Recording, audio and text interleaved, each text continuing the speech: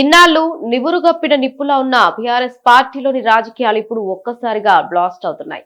పార్టీలో అంతర్గతంగా కొనసాగుతున్న కుమ్ములాటలు బహిరంగ వేదికలపై పెదవి దాటుతున్నాయి.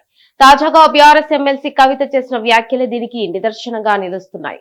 తనపై కుట్రలకు పాల్పడుతున్నది ఎవరో తనకు తెలుసునని, సమయం వచ్చినప్పుడు అన్ని చెప్తానంటూ ఆమె చేసిన ప్రకటన సంచలనంగా మారింది. కేటీఆర్, హరీష్ రావులను ఉద్దేశించే తను ఈ వ్యాఖ్యలు చేసిందన్న చర్చ జరుగుతోంది.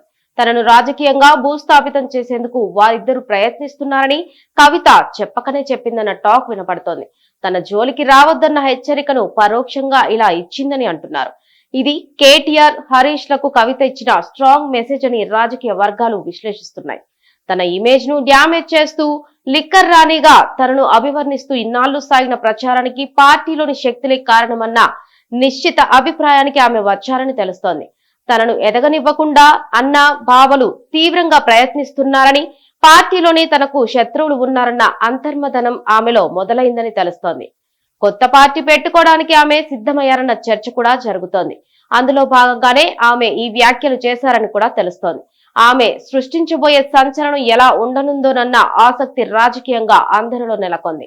ఇన్ని రోజులు ఇండైరెక్ట్ గా తన పనులు చేసుకుంటూ వచ్చిన ఆమె ఇకపై తగ్గేదిలే అన్నట్లుగా నేరుగా ప్రత్యర్థులను ఢీకొట్టేందుకు సిద్ధమవుతుందని తెలుస్తోంది. కొత్త పార్టీతోనే అందరికీ జవాబు ఇవ్వాలన్న సంకల్పంతో ఆమె ఉన్నారని ఆమె సహచరులు కూడా అంటున్నారు.